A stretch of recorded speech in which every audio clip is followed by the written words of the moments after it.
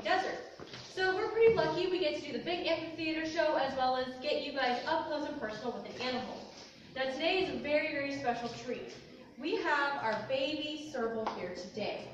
So because she's still a baby, she's only about 10 months old, this is still a training session.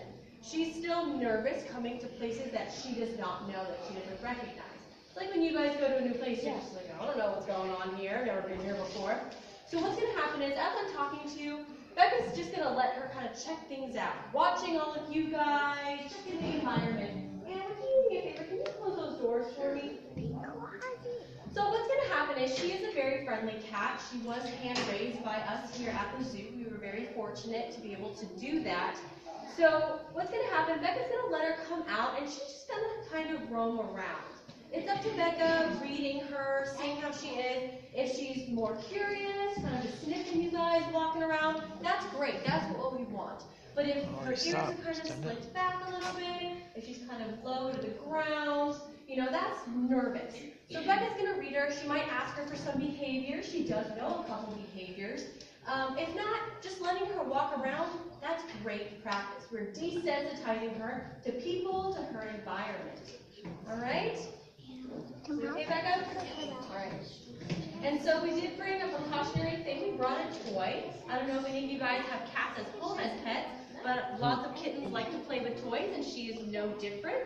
So if we need to stop what we're saying to try to focus on her, completely fine. So Naya here, she's a Cerval. She comes from the savannas of Africa.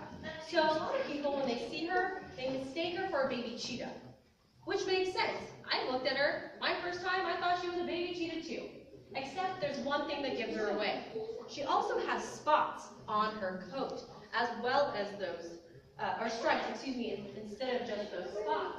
Now, only her and the jungle ocelot have both spots and stripes, but they have them for different reasons.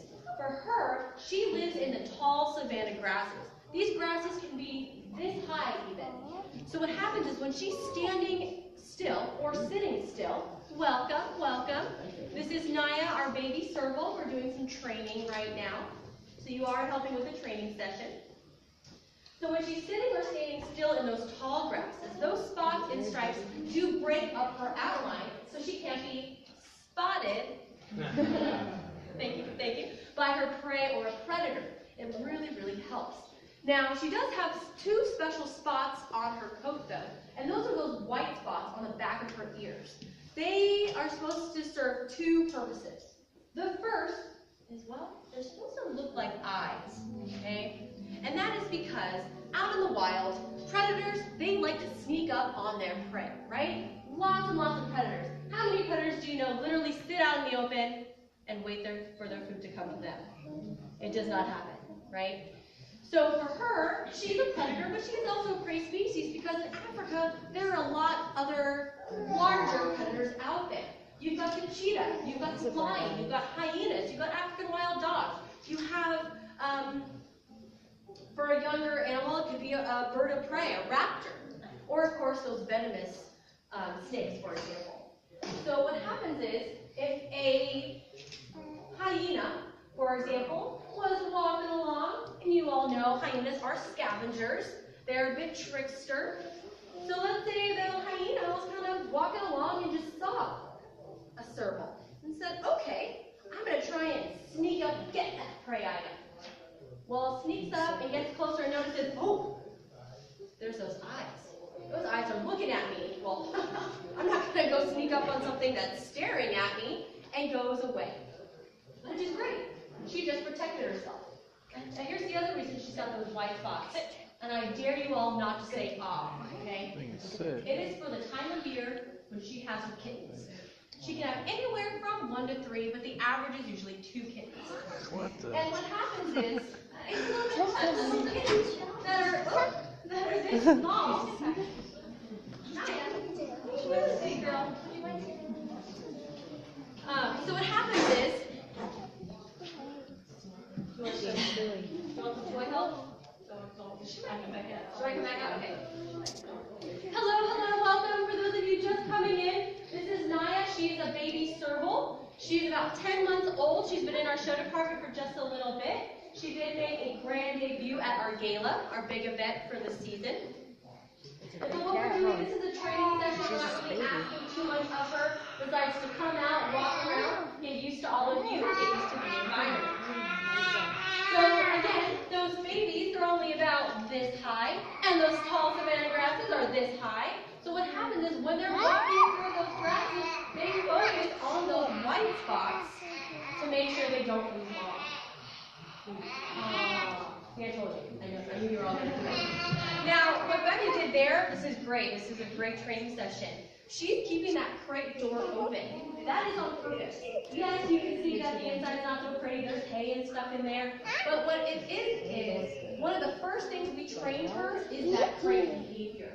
We trained her early on to show her that crate, that is your safe space.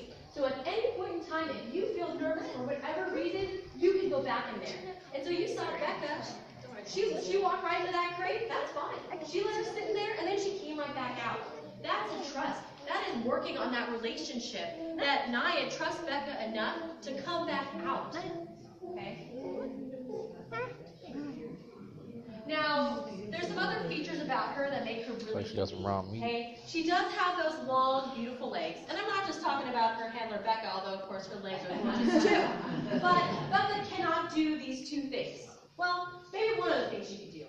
Well, you know what? And there's three things. Okay? Because I like to talk about their speed as well. So the first thing that she can do, you kind of saw it right here. You saw how easily she jumped up to that counter, right? Well, out in the wild, Cervals have been recorded to jump about 10 feet straight up into the air from a sitting position. That is because they go after not just those rodents on the ground, but those aerial prey species, those birds. And they can go after birds as big as chickens, okay? Now, the other thing is, well, she loves rodents, okay? Those big ears on her head, oh, there we go, those satellite dish ears. And as you can see, when she's just sitting here, do you see how she's individually rotating them? She's getting a 360-degree surround sound. And you all can imagine, I'm echoing in here.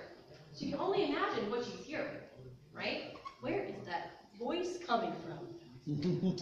Now, what would happen is, in our show, if you guys do come to it, we may or may not have the Cerval in the show today. Depends on how she does with this and how much food she gets. But we do have a part in our show where we have a very long, clear tube, a PVC tube that's clear.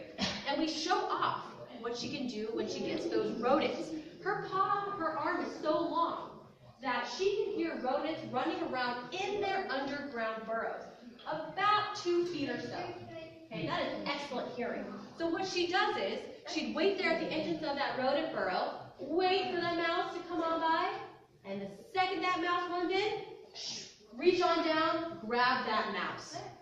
In the show, we like to say Cerval spaghetti, or Mises pieces, okay? Now, the other thing, that third thing, is her speed. Now, who knows what the fastest animal on the planet is? What is it? A cheetah. That's so close! Great job! High five! Nice one! So the fastest animal on the planet is the peregrine falcon. Because they can dive up to speeds of over 200 miles per hour. Okay, that's insane. But now the fastest mammal on the planet, she got right.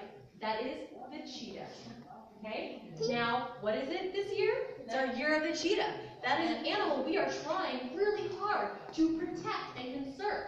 And since she gets mistaken for that baby cheetah, it kind of helps fit into our plan. Okay? One, that we can talk about her, and two, that she is not as fast as the cheetah, but almost. She can run 50 miles per hour. Anybody want to go chase that cheetah around? Or that Cerval around? No, I don't do it. Oh, yeah. You'll chase her? We'll do a competition? Maybe? Okay. I'm sure the fingers stink after that. Huh? Yeah. So 50 miles per hour, that's still very, very fast. Now, let's talk about the cheetah and the Cerval, okay?